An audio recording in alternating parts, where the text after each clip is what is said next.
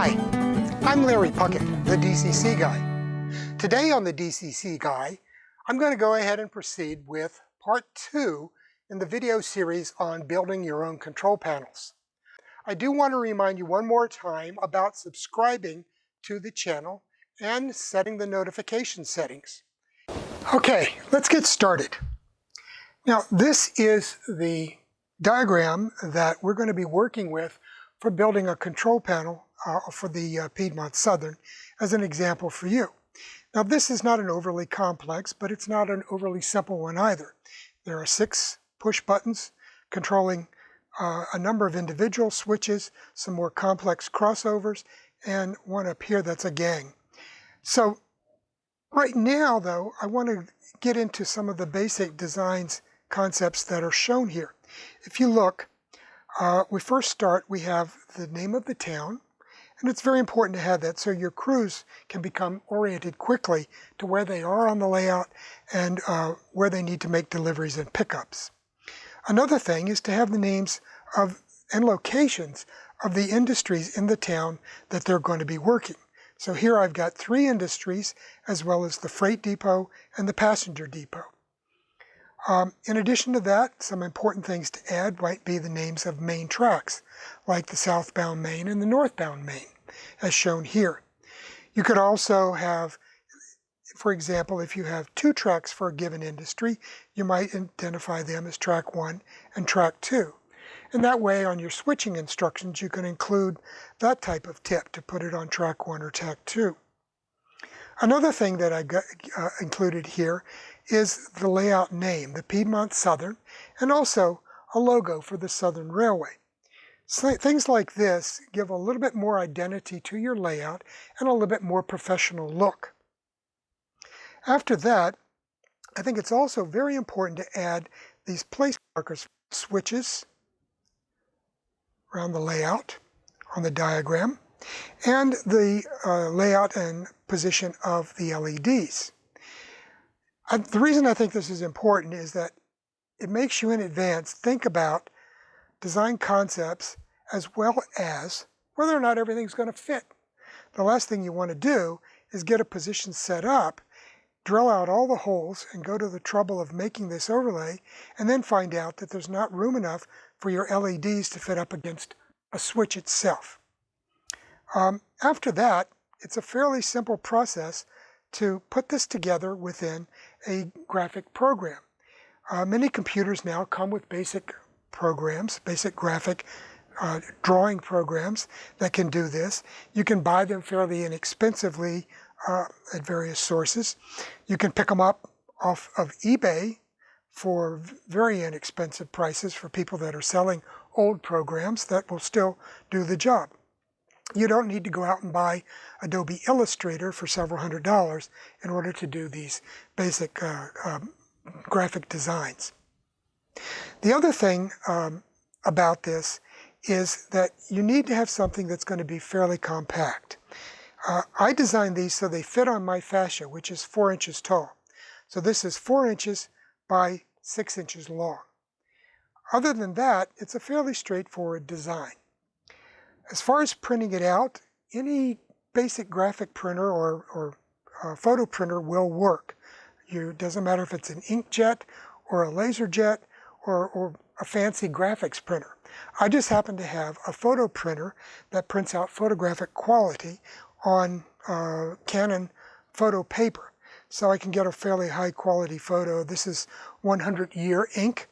And most of the inks and dyes that are used now in printers will last you the rest of your lifetime at least. If you don't have access to a high quality printer and a color printer, you can actually load the graphics file as a JPEG onto a thumb drive and take it to a company like Staples or anybody else that does custom printing for people. And they can actually print it out on photo paper for you and then cut it to size. While you're there, one thing you can also do is have them do a custom lamination. This is one that I actually took to my local Staples, and they did a double-sided lamination. And these are very heavy laminate material, they're going to stand up to a lot of wear and tear. I use those also on my my main line or my main yard panels. So this is one that was for the Monroe North. You can see it's a heavy glossy type material. But if you notice here, there's a line of what look like blisters all along here. There's blisters here, here, all over the place. This is one of the little problems that you can have when they do this at Staples. For some reason, with some photo papers, it will blister like this. And then the next one they run, like this one, came out perfect. They were very good about it. They didn't charge me for this blistered one. They went ahead and just did this second one for me without any problem. So consider that as one option, particularly if you're going to make a very large one. The other thing that I've used is this Avery material. It is a Avery adhesive, self-adhesive laminate material. I got this off of Amazon. You can see it's a 9 by 12 sheet, and here is the stock number. Get this for you really good. The stock number is 461253-73601. Now I'm sure that other companies make these self-adhesive laminates. It was just a few dollars for a pack of 50 of these. You can see it's lined on the back to make it easier to cut it out in advance. And then you could just go ahead and use that as the overlay on your control panel itself. This is fairly inexpensive method, and it's not as thick and stiff as the other laminate that you could use by going to Staples. Another thing that I have used in the past, but I don't use anymore, is this acrylic plexiglass type sheet. I don't use that now because the combined thickness of both the baseboard and the laminate itself, and the plexiglass itself, is just a bit too thick. It makes it very difficult to mount the LEDs and the switches. Although I've used this in the past, I don't anymore, and I don't recommend doing it now that I found that you can actually use this laminate, and it works great. Okay? So once you've got it laminated and are ready to move forward, the next step in the process is making the holes for all of these LEDs and switches. Now for that, I have a little device, a couple of little devices to show you, and I'll tell you how you can make some of these. Now actually, what these are is they are originally designed for punching holes in cork and rubber stoppers for use in chemistry labs. You can build these yourself. Go down to your hobby shop and get tubing. I use these punches are about 1/4 of an inch for the switches, and 3/32 if I remember. Yeah, 3/32 in diameter for the LEDs. All these is brass tubing that has been plated with nickel or chrome. I'm not sure which it is, but if you look right here, I don't know if you can see it without an extreme close-up, you can see the lip is brass. All they've done is taken it and filed it down and sharpened it from the outer edge in. Okay, so you've got it's punching to the center. And then it's a simple matter to place I'm going to get my hammer here, place the punch right over the hole or the mark you've made for the or the placeholder that you've made on the diagram for the switch. Give it a couple of taps. Not enough. This one's starting to get dull. I need to sharpen it, I guess. Okay, there. Came out that time. And you see we've got a perfect hole here.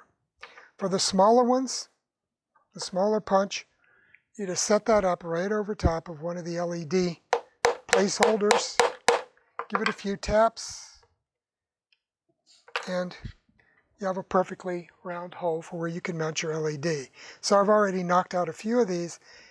It's a very straightforward process. You can take a piece of steel rod to pop the holes out that you've cut. See, these come popping out.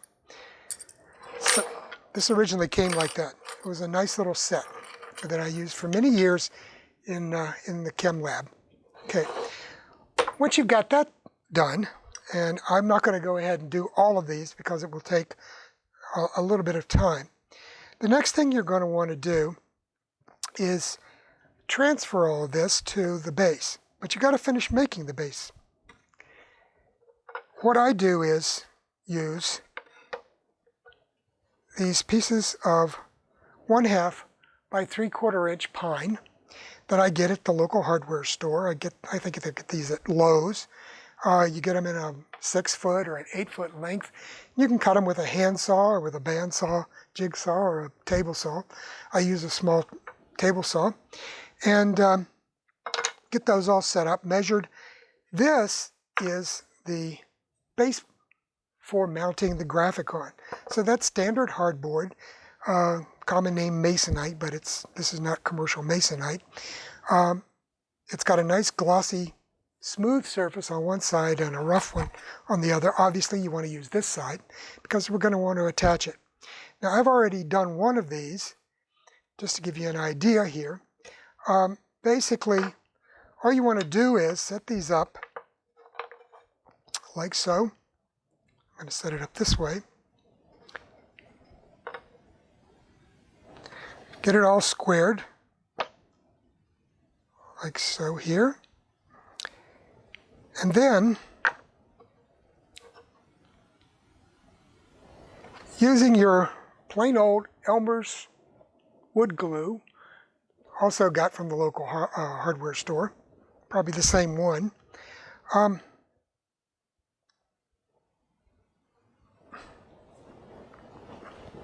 Run a line of glue. Oops, here it is. It's finally making its way out. Just run a line of glue down the piece of strip wood. I'm going to set that back up. And then get everything lined back up again. This gets kind of fidgety having to deal with all these different pieces anyway. And square it all up again. Go ahead and clean off the excess that oozed out. And then you can use a couple of brads like these, little small guys here, and a small tack hammer. I'm going to go ahead and knock one of these in just to get it stabilized, and then I'll show you something else. Okay. And then you would just do that all the way around all 4 sides. Okay. That's coming along. I instead use this brad nailer. It's Hitachi and it's air powered. I have a standard Porter cable compressor that I use with this and for my airbrush and keeping the tires filled up, that kind of thing. And you can just pop those in very quickly. Now the glue eventually will set up and it'll be just as strong a bond with the glue as these nails do. So the nails are basically going to hold it in place while the glue sets up. Then once you've got that box built, that's going to serve as the control panel base, I guess you would call it. I went ahead and finished building the box, got it ready for the rest of the video, and also punched out all the holes for the LEDs and for the switches. So let's talk about the rest of the process. Okay, the first thing you're going to need to do is mark all of these hole locations for your switches and LEDs. To stabilize this while I'm doing the marking, I go ahead and take a couple of pieces of this blue painter's tape. It's low tack, so it does not leave a residue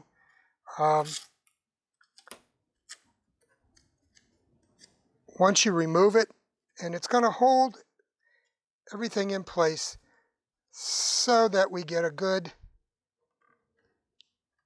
set of markings. Okay, let's go ahead and proceed with marking this whole overlay and the baseboard for drilling out the mounting holes. You'll note this is a different control panel that I'm working with now. But basically, we'll just go ahead and mark some more of these and proceed to drilling these out. So just want to go around, give a nice mark within each one of these. I'm not going to do all of them. We don't need to go that far. Okay, next, I use a battery-powered drill to drill the holes for these LEDs and the switches. Now for the switches, I use a 1/4-inch bit, and for the LEDs, I use a smaller 3/16-inch bit. Now I think earlier in the video I said that I used a 3/32, so be aware of that, and I'm going to put a marker, or I did put a marker in the video to notify you of that. So it's a 3/16-inch bit for the LEDs and a 1/4-inch bit for the switches. And it's a very simple process to just drill these out. You don't need a rechargeable drill. It just helps to have a cord out of the way. So you go ahead and do all of these. Okay. Let me go ahead and shake some dust off here. Now one thing that you'll note is you'll get a bit of material punched through on the backside. You can take that off, some of that off, just with your fingers. Others, you can use an X-Acto knife with a chisel blade to punch it out, or a piece of sandpaper. So you want to get this sanded down smooth on both sides. That's a fairly straightforward and easy procedure. Okay, for the rest of the video, to make it go faster, I went ahead and completed the drilling and the like for this other panel. So, as you can see now, I have all of the holes drilled out and lined up so that we're going to have a good match when we start adding the switches and the LEDs to this. Okay? So really the next step in the process is going to be adding this overlay to the panel itself. Now for that, I recommend using a spray contact adhesive like this 3M Super 77 adhesive. It's a contact adhesive. All you have to do is spray the back of the laminate surface for your overlay or the top of your baseboard. And for an even better adhesion, you can use a two-surface approach. Spray both the back of the laminate and the surface of the control panel baseboard. And then once you're done, you just overlay those and get a good firm pressure down on it, and you're ready to go. Before we leave today, I want to ask you one more time to go ahead and click on subscribe and the notification bell, and keep coming back for more videos in the future. And if you have any questions, or if you have suggestions for future videos, please add them to the comments, or go to my website at www.dccguy.com and click on the Contact Me form, where you can send an email to me and make suggestions. That's all I have for today, so thanks a lot for watching. Bye.